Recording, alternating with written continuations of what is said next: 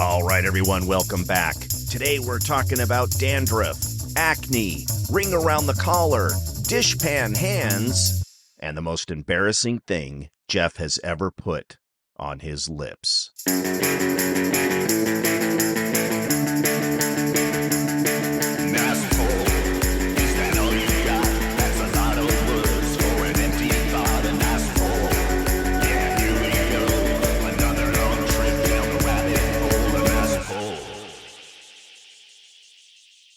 Coming off a somewhat long weekend, and as we both did, as everybody did, I hope, and a certain amount of activity, but a certain amount of laying around right in front of the TV, and we won't have to get into too much of what the actual TV content, but and a fair amount of streaming, because I know you're not a broadcast television guy, and you're not a broadcast television guy because you hate commercials, even though we talk about commercials a lot on this show. But one of the things that struck me about, and again, how so many of the commercials, like I think now you could put commercials into categories of like cell phones, right? Probably 80% of commercials you see are about cell phones, and then pharmaceuticals, right? Yes. And so you take those, and we didn't have those when we were kids, right? It's like, so there were no commercials for those, right? So they had to fill the gaps with, and again, the aforementioned Oscar Mayer, right? And all of the things that we had, those, and the bologna and the hot dogs and whatnot. But also what kind of struck me was the focus, and I'm not saying that we're not the same, because maybe we're even more obsessive, but the focus on cleanliness, okay? Specifically personal cleanliness, right? We talked about hair a while back, but we were talking about hair styles, right? And hair cutting, but just jumping right off with like hair and shampoo, right? Because your shampoo was apparently to be taken very seriously. And your shampoo, and I don't know if your shampoo defined you the way your bike did with, your motocross bike versus your 10-speed, or what kind of skateboard you had, but we were certainly told to a certain extent about how important the shampoo was for you for various reasons, right? And I guess women had a whole other side of issues that they had to deal with. To this day, nobody can still explain to me what a split end, END, not ENZ, not the group, what a split end actually is, right? It's something to do with long hair and breaking and the fiber. I don't know. Again, you or I never had hair length, even at our worst hair lengths, which we've shared. Even at those, they were never, technically long enough to get split ends. I don't know what a split end is, but I do know that it was a big effing deal for women. They didn't want to have split ends. They wanted to use shampoos and whatever other kind of condition, whatever would prevent that, right? And so, whether it was like Wella Balsam or, Pantene or some of these other particular brands that you saw the commercials kind of come across, directed at women, right? They didn't seem to a lot. They weren't really directed at men, maybe because of the assumption was that men would just use whatever their, significant other left behind in the shower to a certain extent, because we didn't worry about split ends and we didn't worry about body and we didn't worry about thickness. We just kind of wanted our hair to get clean, right? Now, unless you're talking about something like Head and Shoulders, and feel free to jump in on this at any time, because the one thing that they did kind of get you, that Head and Shoulders, right?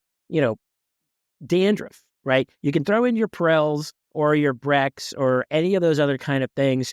Like I said, the commercial about how good your hair smells terrific, whatever.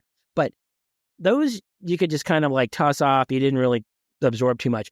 But damn, the dandruff, the potential, and let's face it, we were taught that a flake or a bigger flake or a series of flakes, or you may as well, if you had dandruff and somebody called that to your attention, and I think we all could have been guilty about it because maybe our skin was a little bit dry, our scalp or whatever. We weren't washing the hair with the right, whatever. But was there anything more, I don't know, but worse than having dandruff? We were kind of told that this is it, man. There's no going back. You've got dandruff. Forget it. Your life's over.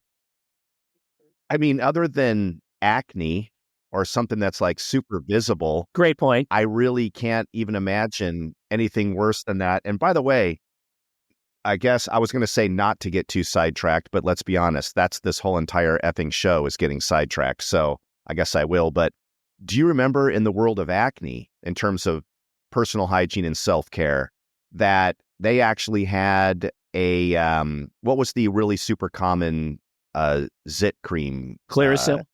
Clearasil. Thank you so much. Uh, And they had Clearasil that guys would buy that was actually brown. It was almost like base makeup. Right. And I will never forget when I had I never had like cystic acne. I feel so bad for people that did, but I had it enough at the peak of puberty that I remember grabbing that Clearasil and putting it on and thinking, oh, that looks good, when I was in the dark bathroom. And then I get to school and just the combination of actual acne, my super white polar bear skin, and then just smeared with caked brown, way the wrong color all over my face. It was like, dude, you need to just wash your face off and just start over. Oh my God. It was a horrific mess. Yeah, you're right. It's not the right color, number one. Number two, it's not the right texture. Okay. Number three, it basically, you got a little red lump on your chin. Now you have a beige lump on your chin because essentially you were hoping that it was like you put it on and it'd be like time lapse photography and it would just like disappear. Yeah. Like, hey, I'm good to go. And no, it didn't work that way. Okay. It's like you generally, you maybe if you're fortunate, maybe you had a breakout on like Thursday or Friday and get through the weekend. Okay. Right. But essentially you're right. You use the Clearasil was one thing. There was something, Stridex. I don't even remember Stridex medicated pads, which were this a little round jar with these pads soaked in, I think, just basically pure rubbing alcohol. Yeah, that's all it was. Yeah. And your skin immediately was on fire, right? Yeah. To the point of like, well, maybe this is going to burn my skin and I'm not going to worry about having acne. I'm going to worry about looking like a burn victim, right? Or nobody will notice. Nobody will notice the lumps underneath the burns.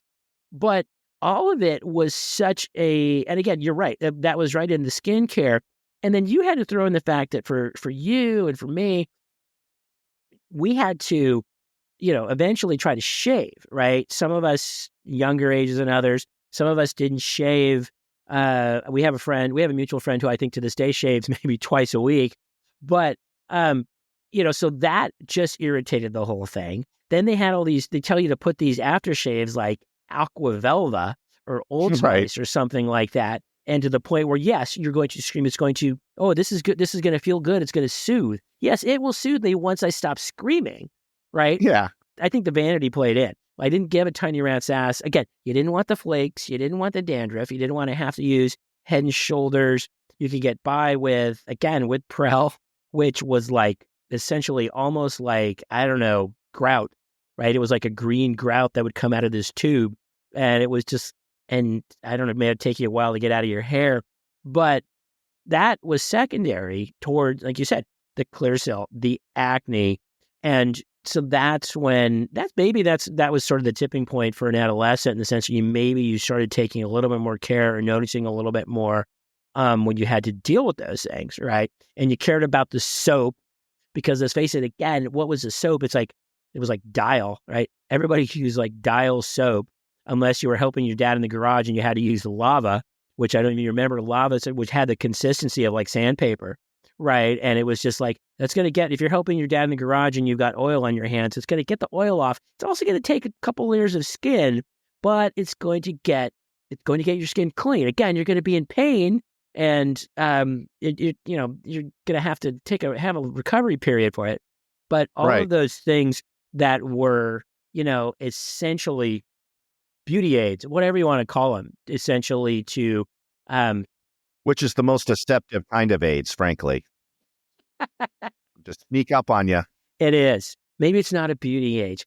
Health, again, I worked in the supermarket for a long time, as well established, and it used to be called, that whole section where you would go, and I don't know if you ever went there on like your field trip that time you went to Sav-On, but it was called HABA, which is health and beauty aids. HABA, what that was called. That's where you got your shampoo and your toothpaste and everything else, deodorant, right? I mean, I think, but the hair care, but the one thing, and I think the thing that blows my mind again is and we've established we cared about our hair. Then we started blow drying it, wearing it long, and used our big thick brushes, and obviously we carried our Goodie combs around in our pocket. How about the one thing that always was sort of astounding to me at that time was were perms, right? Yeah. I mean, there was a time in our lives. Now, full disclosure, I never got a perm. I mean, I had kind of curly-ish hair anyway, but I think you and I both, and I don't believe you ever got a perm, but we knew people that did. And astonishing to me, even to this day, that somebody would go and do that to their hair. Yeah. Well, my mom, it was a big deal for moms, it seemed like. At least I thought it was. There was a whole fashion style amongst, the moms back in the 70s where they would at some point decide, I no longer want to have the long hair, so I'm going to kind of have it kind of short on the sides and kind of permed on the top. And I don't know if you ever had your mom or you were near your mom when she was doing one of those home permanent kits. I don't know if you're aware of these, Chris, but instead of going to the stylist, you could, kind of get these chemicals out of a bag and just buy them at the Thrifties or whatever. And then your friend would put this chemical in your hair to give you a home permanent. And Chris, the smell to this day, it is awful. It is indescribable.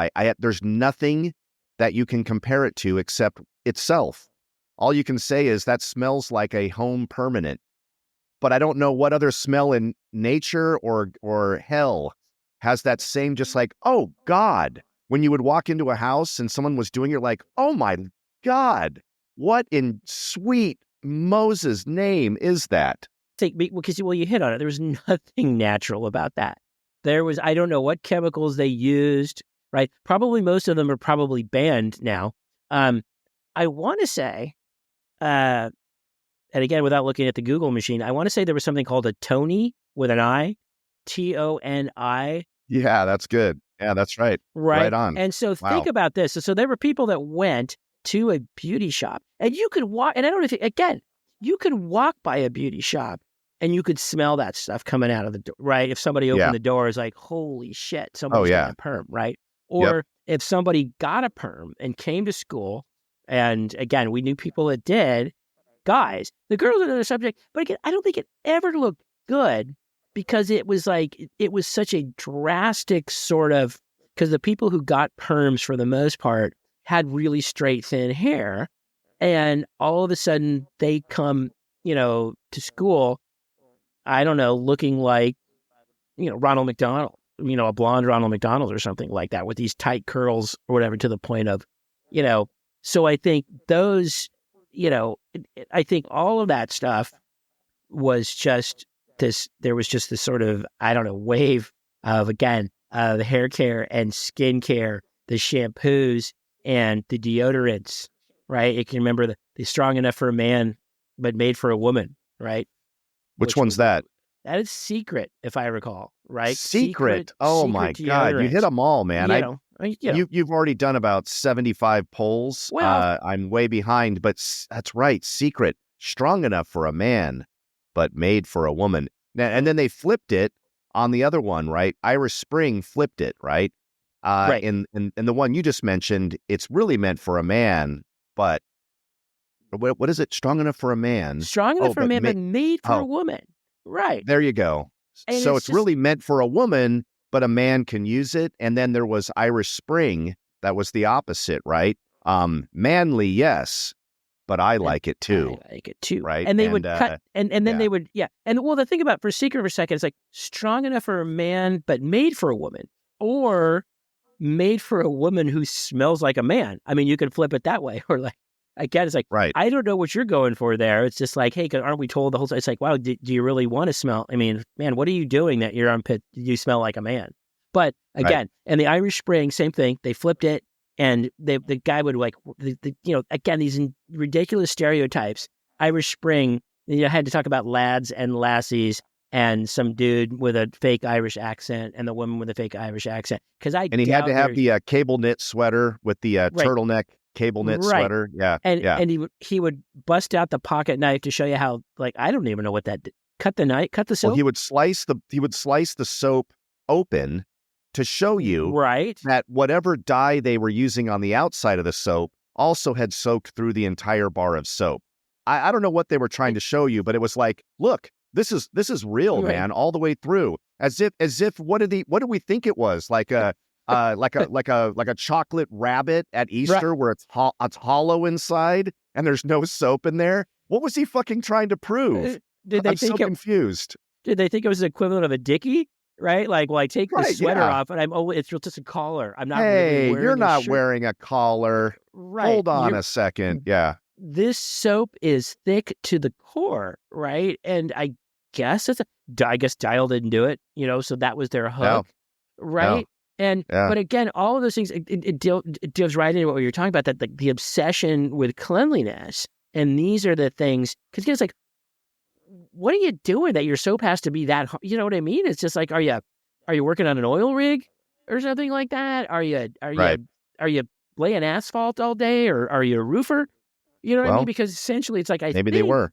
I guess to the point, it's like I never think like, boy, I am so filthy that I need this industrial strength bar soap to really get me clean, right? Or I am so smelly, potentially stink. I potentially could stink like a guy, so I'm going to use this deodorant, right? But all of it, if you talk about, like I said, it was this obsession with, and it extended beyond just like the personal hygiene, right? Like Calgon, right? I don't even remember, Calgon was a dish soap, some sort of soap, right? But they always were, but they used Calgon to clean, or maybe it was ring around the collar. I don't know. Does anybody even talk about ring around the collar? What? No. Hold on a second. I got to correct you. Ring around the collar was Whisk. Whisk. Okay.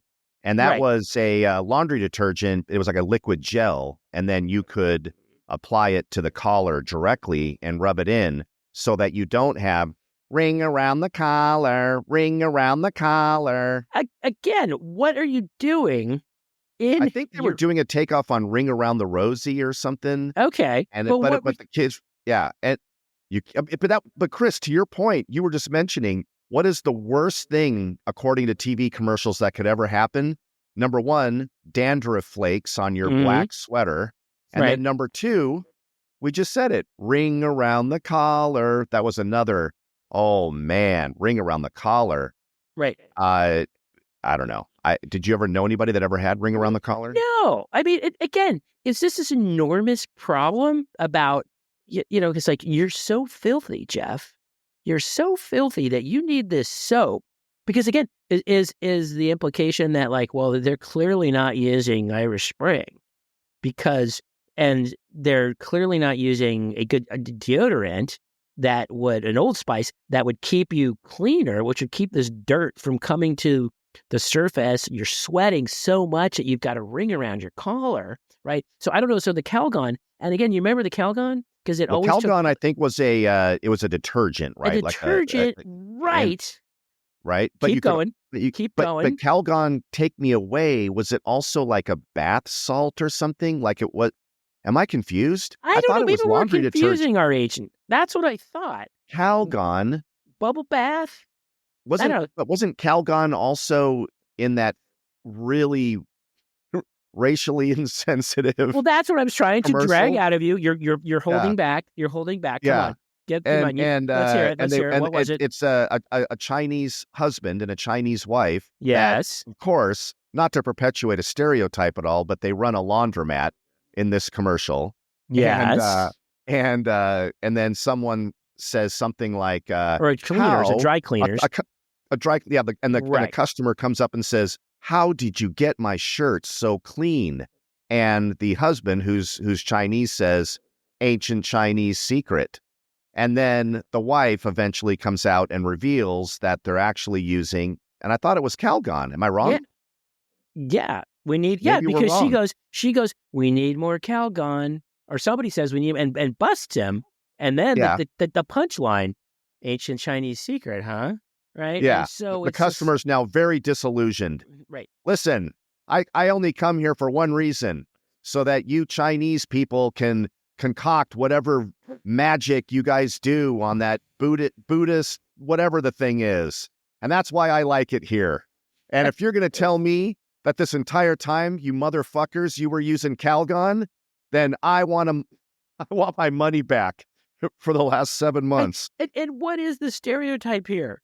I don't know. You're Chinese, so it just gets worse. So you have this, your entire culture, right? Your contribution to the Western world is what? Laundry? Clean clothes. That is what forget about arts, forget about sciences, technology, whatever, the humanities, whatever you want to know. You know what? Thanks to you, and I won't even say what the pejorative term for a Chinese person, or especially a Chinese male, was. Thanks to you, guess what? My shirts are clean, and it's so again, it was just because, again, we need more Calgon. Calgon, take me away. All of those, I think they were just inherently there to feed into that obsession with, clean body, clean clothes, right? Palmolive, right? Remember that again? Wow, Palmolive. What was Palmolive all about? Palmolive was a dish soap. Well, it's still around, I'm sure, and it's a green dish soap. Yeah, so very good. Normally, the idea was you would use it in the kitchen sink to do dishes, but let's not forget the cosmetologist Madge, who would be performing some sort of preliminary softening of the nails prior to a manicure thing, and the customer would have their fingertips in a little bowl of liquid, and she said, what was it? The punchline was, relax, you're soaking in it. You're soaking in it. But I can't remember what came before that. Well, and I think because they were talking about, because again, this is something that, they cured, or, something that was an obsession, because what did, and again, marketing it toward women, there was an ailment, there was a condition that you would get from washing dishes and washing your pots and pans. Oh, right. And do you remember what it was called? No, I do not. Dishpan hands. Okay. Oh, dishpan hands. Again, thinking about it. And so the whole idea was, if you use Palmolive, it will treat your finger. And first of all, it's like, what the hell is, or dishpan hands? It's like, is that just like pruny fingers? Like when you took a bath or you were in a pool for a while? And it was, but apparently it was a scourge of the housewife. And in fact, dishpan hands, because it obviously said, well, first of all, again, take a step back, and it was, they didn't market, there were never any men in these commercials, right? Because the dads clearly were not washing any dishes. So the women, and their multitude of, having to wear, having to have smooth legs and use Nair, or having to wear legs, pantyhose, or having to, do all the rest of this stuff to, the Secret and the Wella Balsam and all these things that would just keep them, just completely groomed, right? But they couldn't have dishpan hands. And so they could do the dishes with Palmolive, and they would still have nice, soft, supple fingertips like man intended, right? So again, you're soaking in it. We got 3 things then. Now we figured it out. We've got dandruff. That's the ultimate horrible thing to have. We've got ring around the collar, another horribly embarrassing thing to be caught having. And then this last one, dishpan hands. Right. I mean, Chris, can you even imagine having all 3? I mean, they would run you out of town on a rail. I'm not even sure if you would be let back in the United States if they found out that you had dandruff and, Chris, ring around the collar and dishpan hands. That is too much. You've gone too far, sir. Now let's talk about products that weren't worried about how you look on the outside with your flaky scalp or your split ends. But let's talk about the obsession with what's happening inside your body, specifically your lower intestines and your gastric system. That seemed to be a big concern with commercials in the 1970s and 80s. I mean, of course, you've got your Rolaids, Rolaids, right? Right. Because, Chris, that's right. how you spell relief, right? It is. But you've got, and you had your Nice pull. Very well done. Thank you. You had your Tums and all of that. Mhm. But one of the most famous, and they still have it today, but you don't know it this way, is Alka-Seltzer. Mhm. And do you remember the little jingle or the little blurb? Plop, plop, fizz, fizz. Oh, what a relief it is. That's all There I you go. remember. Was There there you more? go. Was there another chorus? I No, don't know if there was no. another chorus. Was It's there an extended plop, version? plop, Dance fizz, version? fizz. Oh, what a relief it is. There might be a refrain, a chorus, a bridge. I don't know, but that's all I remember as Right. well. But Alka-Seltzer and Rolaids. Mhm. So a big thing, no surprise, with the advent of fondue. A lot of people had indigestion, right? Right. So one of my favorites was the the husband just ate something and he's miserable. And so the commercial for this fixer of stomachs Mhm. is this guy, laying, I think, on the couch next to the TV after some giant meal that was 7 times the size of his own head. And he says, I can't believe I ate the whole thing. And then in the background, you hear the wife, you ate it, Ralph. I don't know why for some reason, everybody, it's kind of funny, but everybody thought that was funny. My mom and dad were repeating it. And I can't even remember what it was. He was, I think it was Alka-Seltzer, plop, plop, fizz, fizz. But yeah. And again, there's not a drop of sympathy, right? First of all, from the wife, because I can't believe I ate the whole thing. And it's not, oh, let me get you some Alka-Seltzer. Why don't you lay down? Or are you okay? Are you gonna right? And it was just, yeah, you ate it, Ralph. You son of a bitch. You embarrassed Honestly, me. looking back on it, Chris, I think they were doing a takeoff on the honeymooners. They may have been. They may have been. Yeah, Okay, that's what it sounds like. Yeah, and you're eating. You ate that whole casserole. Okay, you didn't leave any for anybody. But I think, and I think if I can remember, the visuals were also the point where you would see this guy. It wouldn't be. I think thinking back on it, it wouldn't be the Irish Spring guy. Okay, it wouldn't be the guy in the turtleneck, like this strapping guy who could be like a longshoreman or lumberjack or something like that. It would be, well, first of all, be a guy whose name was Ralph, and he would have like a pretty heavy 5 o'clock shadow. Maybe he was wearing like a pajama top, So the thing is like, well, this has been a while from the big potluck, right? That was down the street or whatever. In the sense, so Yep. it was just like, so the implication is like, don't be like Ralph, don't overeat. If you do, we've got this. If you did eat the whole thing, you fat pig, there is some relief. You're going to take a few strays from the wife, and she's going to be, firing away, talking about, again, a little bit of disdain in her voice. And fortunately, you've got something in your medicine cabinet, right? The medicine cabinet, if you remember, the medicine cabinet was a pretty big prop in that regard, because he would go there. Then like, here's what, that's where you're going to get your mouthwash, right? Your scope. Yeah. Yep. Right. Again, right. fresh breath. To obsess with fresh breath as well, right? Because you had your certs and your Tic Tacs and everything else. You had, your scope, and I'm trying to think of what the other Listerine. They don't even. Their whole gimmick was, I'm not even going to try to make this a pleasurable experience in your mouth. In fact, this is going to hurt. I'll be honest with you.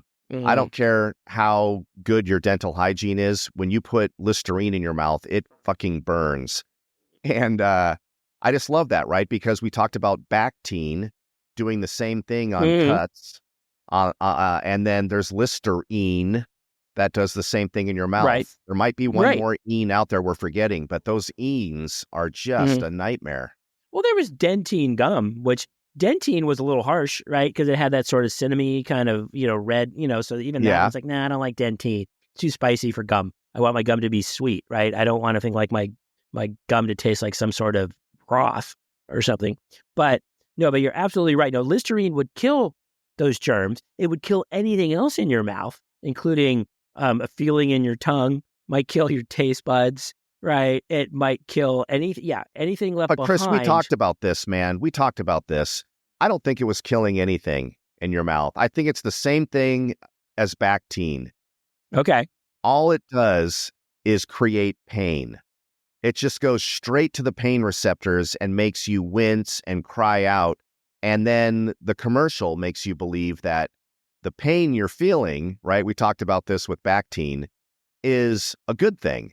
That is the pain of all of those horrible bacterium dying in a final, death knell. So, Sure. but it's not really though, Chris. It's just rubbing alcohol or something else, right? That just makes every single little nook and cranny in your mouth or on your skin just burn like fire. Right. Right. That's my theory. No, you're right. And again, all in that medicine chest, medicine cabinet, right? And all there, we'll maybe throw in some Pepto-Bismol or some Preparation H for, Wow, for nice. good measure, right? Yeah. It's just focusing on that one area of the anatomy in the regard. And sometimes, and the funny part about that was sort of advertising that stuff with sort of tap dancing around specifically what your issue may have been, right?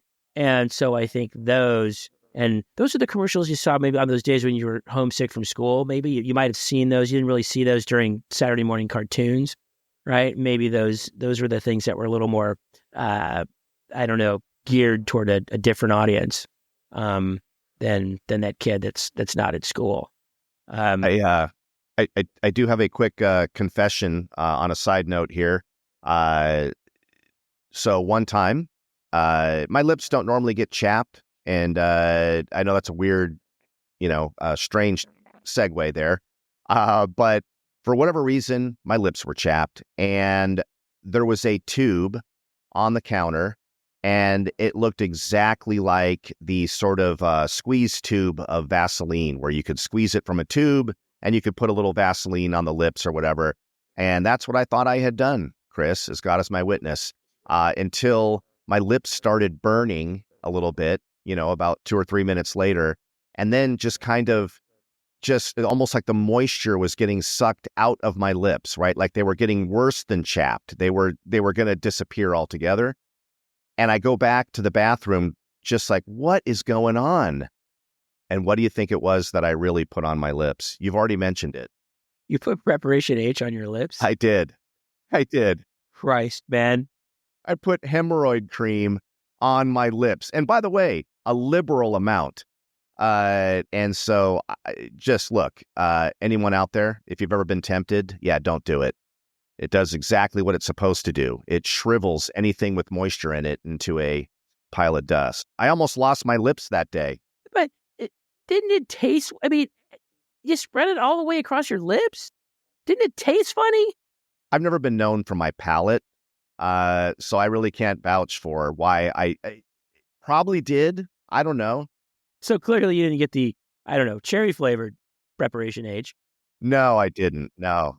I guess they did have stuff that you had to put like Neosporin, right? I think we talked about that. You would put that on cuts and scrapes. And sometimes you'd be like, oh yeah, you could put, if the corners of your mouth were chapped and it would be kind of pain, so that's somewhere. It's in a tube, not a stick, and it's a little bit gooey. It's clearly, but Preparation H on your lips is it all-timer. Now, my wife has a good story about, I think I mentioned Aqua Velva earlier, and she used that as a kid. This story she told us about, she thought it was mouthwash. It was her dad's Aqua Velva, but she spit it out as soon as because it was blue. It was in a bottle. She wasn't paying much attention, Oh my God. I can't even imagine what that tasted like. Oh my Lord. Right. Yeah. But it probably tasted, the man who put Preparation H on his lips is concerned about the taste of Aqua Velva. I'm glad you have lips. I'm glad they came back. Well, thank you, man. I'm glad you didn't live your life looking like, I don't know, a jack-o'-lantern because you had no lips. Little hemorrhoid lips. Yeah, that's the worst kind of lips to have. That's worse than dandruff or ring around the collar is hemorrhoid lips. That's nothing you want. Well, I talk again, and in these stories, it didn't happen to me. I wish I had a good story along those lines. again, my dad's favorite story was like one of his oldest, like lifelong friends, he shaved, and I mentioned this, he decided to use Nair on his face. Okay, now remember Nair? Now again, Nair was the stuff that women could put it on their legs and they would just kind of rinse off. And I guess not familiar, never tried it. But he thought, I'm going to put Nair on my face and I don't have to shave. Now, it took him, and this was a bright, eventually very educated person, worked in education for decades eventually, but didn't put together that, the hair, that the skin on your legs, let's just say, is different than the skin on your face. So he had essentially, I don't know, like first degree burns on part of his face because he put it on immediately. Again, that skin's a little thinner, a little more sensitive, not quite leg hair. Yeah. So Nair on the face, maybe I'll adopt that as my unofficial story because again, I heard that story. I've known that story most of my life, but preparation, H on the lips. Excellent. Yeah, that's a good one. And remember the urban legend, but I'm sure it did happen. This is one of the urban legends where I'm pretty sure it probably did happen, where either the guy is mad at the girl or the girl is mad at the guy. But anyway, the ex-wife or ex-girlfriend or whoever it is, in order to get revenge, they put Nair in the shampoo, right, of the other person. Mm-hmm. And then presumably that person washes their hair and then all their hair falls out. Right. That's an urban legend that was going around pretty predominantly back in the 80s, everybody knew somebody that had done that to someone, Right. That's a poodle in a microwave story, if there ever was one, probably. Well, those are the types of urban legends where they're so doable that even if it started as an urban legend, as soon as somebody heard it, they said, oh, fuck, I'm doing that. That is very doable. Yes, I'm going to do that thing. Chris, we talked about catchphrases, right? We went into those a little bit in the last episode. I remember when the show first came out, I was in love with it. And then after the first season, I started to realize that maybe this wasn't the greatest show ever. But it was the A-Team, and they had a couple catchphrases in that one that just occurred to me the other day. Number one, I love it when a plan comes together. Right. Right. Hannibal. That's like one of them. The leader of the A-Team. Yes. Yeah, Hannibal. That's right. And then of course, Mr. T. Right. I pity the fool. Right. I pity the fool. Right. I pity the fool. Yeah. So and I think there might have been at least one or two more in that show. The other one that came to mind here was Nanu Nanu from Mork and Mindy, right? That's right. And then the other one that was a big catchphrase for about a year back when Mork and Mindy was huge was Shazbot. Right. Everybody would say Shazbot instead of shit or whatever, right? That was apparently a big deal. I don't know about everybody, but I think you could get away with everyone. Everyone, I Chris, was doing it. The phenomenon of Mork and Mindy to the point where you didn't wear like rainbow suspenders at any point in time, did you, Jeff? I did not, but that was a thing. You're being honest with me here. I promise. Mr. Parachute Pants never wore suspenders ever, and certainly not for that reason. To be like Mork for Mork, yeah. I had some suspenders, but that was in the sort of, I don't know, Bugle Boy jeans, days or something like that, or maybe when Wall Street came out and people wore suspenders with a dress, slacks and whatnot. Nanu Nanu and Shazbot. Yeah, those were phenomenal. Again, I think as kids you liked them because it was like you could pretend you were swearing, or you could say it and not get in trouble. What else? What else comes to mind? What else as far as insults? Well, I think the insults were good, right? Any particular insults kind of stand out to you? Oh, insults. Let's see here. Of course, I think we already talked about it, but if we go back to Welcome Back, Kotter and the Sweat Hogs, there was always up your nose with the rubber hose. That was huge. I think I was in 5th grade or 6th grade or something, right? But that was a big a big deal. And then they would just keep making up other ones after that. In Your Socks with a Pound of Locks, and these were spin-offs, Chris. These were sort of like Oh,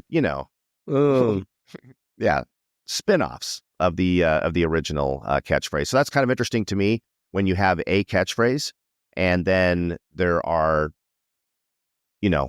multiple knockoffs of it designed by the studio that created the original one to squeeze a little more milk out of it. My other favorite one, I wouldn't even call it a catchphrase, but it was definitely a signature moment on the show, Laverne and Shirley. At the time, I wasn't sure. I thought they were super funny, but now looking back on it, they're my heroes, which would be Lenny and Squiggy, right? We talked about a Halloween party that I went to where a perfect reproduction of Lenny and Squiggy was there. That was super cool.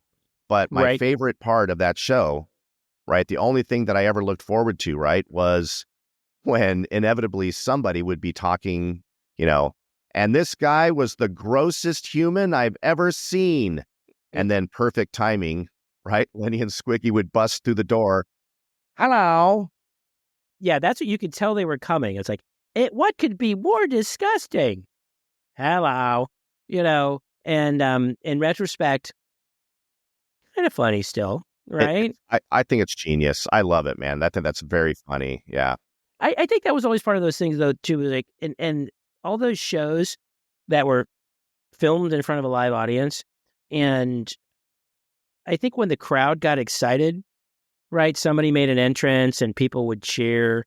And the thing is at the time, we think, oh wow, that's cool. The Fonz is coming on, here or Lenny and Squiggy, and everybody's going crazy. But then when you realize, I never went to any of these shows, right? I never got to be part of a studio audience. But don't they do like multiple takes, right? Don't they have to go like, oh, cut, do it again.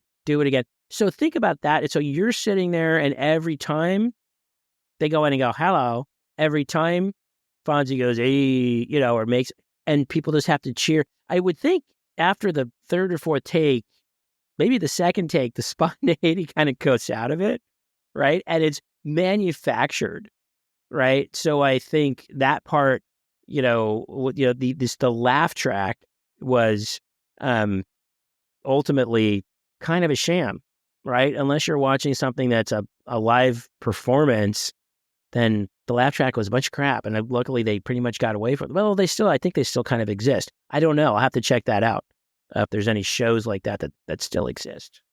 One thing I can tell you, and this is going into the rabbit hole, but if we go back to, Lucille Ball and I Love Lucy, right.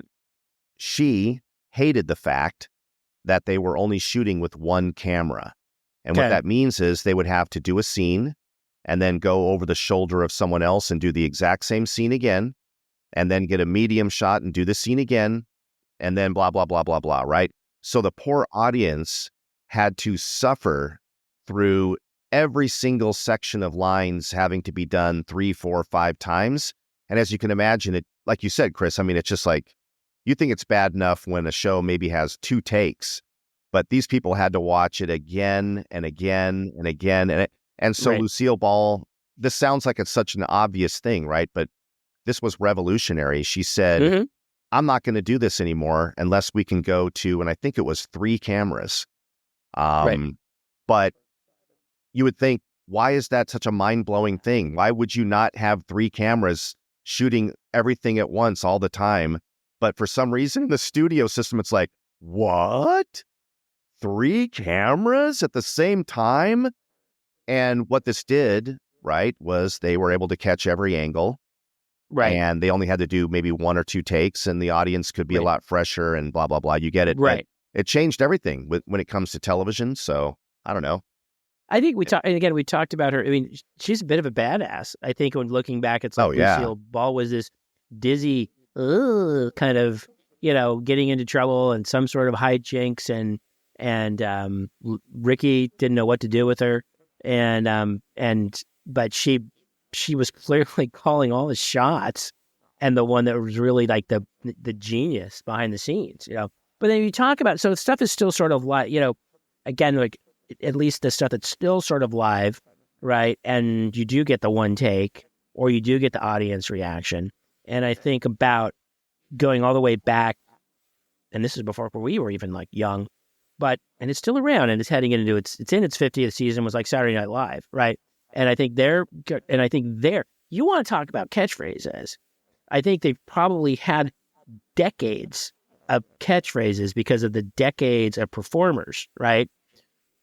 Dan Aykroyd, Jane Curtin, Weekend Update, and they would have this thing. They would have a banter going back and forth. The point counterpoint, and Dan Aykroyd would basically say, and I know you know this, as far as and his response, he would not like what she was saying, and he would go, "Jane, you ignorant slut." Right. Yeah. And would bring the house down. People would expect it almost every time they did it on Weekend Update. But again, in front of a live audience. But everything that again, Saturday Night Live, whether it was, I don't know, it's I'm Chevy Chase and you're not, or cheeseburger, right? And those ones that kind of came from the early seasons, right? The Wild and Crazy Guys, to evolve all the way through to like Eddie Murphy, and then the Isn't That Special church lady. Wow. Or, you're on a roll. That were kind of coming. Yeah. I mean, I'm just trying to riff on them right now as far as, yes, I'm telling you how many of them there are. And then now I'm drawing a blank on what's out there. But you know what I mean? But just sort of these characters. And again, would become part of the vernacular. Because again, somebody would jump at the chance to be working in the office and say, "Isn't that special?" Right? Or, or they better not call somebody an ignorant slut, at least not nowadays. But you know what I mean? It's like those things kind of came ingrained in the fabric of, again, it's sort of a pop culture thing, the daily conversation, to the point of, wearing themselves out till the next one came along. Right. And I think, Yeah. Well, I remember what a big deal Saturday Night Live was when it first came out, and how even in that first season, everybody was talking about it. And I remember it just being like a huge thing with my brothers. Yeah, me too. Yeah. Having older siblings probably got exposed to it a little bit, because we were pretty young when it first came out. Even we were young when it. But in the early days, you would have like like all the Gilda Radner characters. Right. Never mind. Yeah. Right. Emily Latella. Emily Latella. Right. What's all this fuss about violins on television? Yeah, that's right. Exactly. Never mind. Or Rosanna Dana, of course. And then, a slightly more contemporary, but it was a while ago. But I mean, you've got, anything that Christopher Walken does. You got, more cowbell, right? Right. And then going all the way back to the Eddie Murphy days, you've got, "I'm Gumby, damn it." Right. Yeah. Exactly. Or Dana Carvey with a million of his, So anyway, really Ed interesting Grimley. that Ed Grimley, oh my God, I must say, I'm as doomed as doomed can be, Oh, give me a break. Maybe Pat wouldn't be a big hit anymore. No, if you remember Pat. Well, no, but Yeah, I'm surprised that that has probably not a great idea. Yeah. That's very funny. But that show's just a kind of a catchphrase machine. It's been a long time since they've had one, but interesting. Well, Jeff, I'm not sure how you did this, because again, we've been doing this for a while, to the point where sometimes we're reminding ourselves, or maybe we're reminding the listeners, we're hoping they remember that we may have already mentioned something or talked about this in a previous episode. We have enough of a catalog of those episodes. But you brought it all the way back, inadvertently, accidentally, somewhat tragically, but at the same time humorously. You brought it all the way back to chapstick and tubes of chapstick. And we didn't mention, but I'm going to do it, Susie Chapstick, Susie Chaffee by name. Let's give her another shout out. Yeah, that's right. Let's bring it back. We're bringing it back old school. Yeah. And somehow, I will never forget now. I like to think that maybe there's something that will resonate with every episode of this podcast. Or maybe not every episode, but multiple episodes, every now and then. I will never forget an anecdote about, Preparation H is an accidental lip balm. That's right. Yeah. So with all of the things, talking about, it's like, You could have been concerned about the flakes in your hair. You could have been concerned about not being clean. You could have been concerned about, not Ring around the smelling. collar. Ring around the collar. You could have been concerned. I was going to get there. You could have been concerned about if you smelled like a woman, even though you're a man. All of these concerns, and yet your concern was dry, chapped lips, and so dry, so chapped, that you didn't pause to read the label. I have nothing else to say. To say that was the first and only time I made mistakes that horrific would be a lie. Save that one for another episode. Or those for another episode. I'll see what I can remember. I could ask my mom. She would probably tell me something. It's usually a lame story about how I came out with on Easter Sunday with both of my legs in the same pant leg. Pants just seemed a little tight. What did I know? My God, what the fuck? That one came out every Easter forever. So wait, hold on. You had both legs in the same pant leg, and all you thought was maybe my pants are just a little bit tight. Hey, it wasn't preparation H on my lips, man. I mean, but okay? You dropped on your head? I don't even understand how that's possible. Well, it was possible. What are you doing? All right. Now I completely derailed what we thought was the wrap up. So I think we need to leave it right there before I remember something even more ridiculous. All right, then. What do you think? Until next time? Till next time, Jeff.